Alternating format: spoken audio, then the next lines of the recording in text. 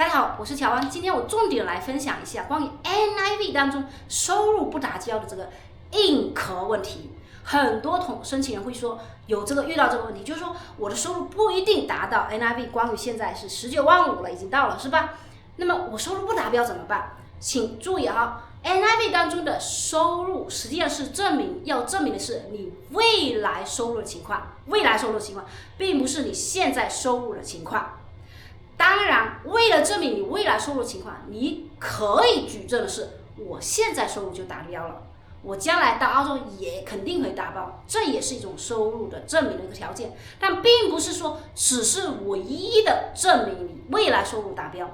一個申請人如果他是教授，他本身的工資在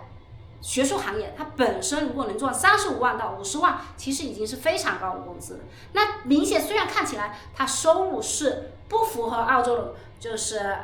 收入這個標準，但是因為他個人的成就以及個人的發明發現，會讓他增量，會讓澳洲增量不可估量的這種評價。比如說他對知識的貢獻，所以這也是一種增量，就是表達我將來收入會達標。第二個，我将來收入會達標，我假設是拿到了別的國家的 offer， 我雖然沒有去，但是這個 offer 收入已經達到這個標準，那也是可以的。第三個，我們經常會遇到一個話，就是某些行業它的收入就是偏低，比如說醫生行業，比如說工程的行業，它不一定有那麼高的薪資水平，或者說在某一個國家裡面，它薪資水平它已經達到了這個全國的10%。這種情況下，也有申請人會擔心，我的收入不達標怎麼辦？我們都做過這些案子，都是成功的案子。申請人可能在某個國家裡面，他的薪資已經是這個行業裡面是非常高的，但是呢，因為說他紙面上的工資確實是低於這個案子的收入這個問題，我們仍然幫申請人拿了綠卡。最重要的原因是我們分析了這個申請人他在同行並且同一個國家裡面，他的收入已經是10%的收入水平，已經相當於我們會計算說這樣的10%的收入在澳洲的同级比量裡面是多少。比如說他在台灣，他的收入可能就是8萬，可是如果同樣他屬於10%的高收入者，那麼我們就說同行裡面，在澳洲来說，同行裡面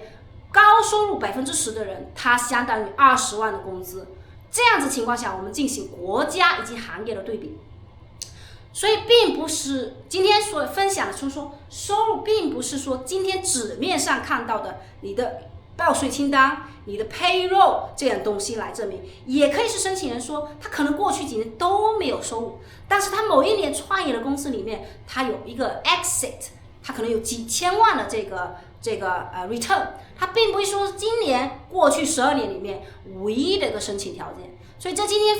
需要非常分享的是，我一般來說會第一時間判斷說這個申請是在什麼行業，在什麼國家裡面，它收入是屬於怎麼樣界定的，以及它到底有沒有技術核心硬核的部分可以轉換。就是有些人他可能是收入，他可能是有一個技術的東西，技術的專利，他其實還沒有被變現。我想分享，我想知道說他变现的能力有多强。好，今天就分享到這裡，有任何疑問的話可以跟我們分享。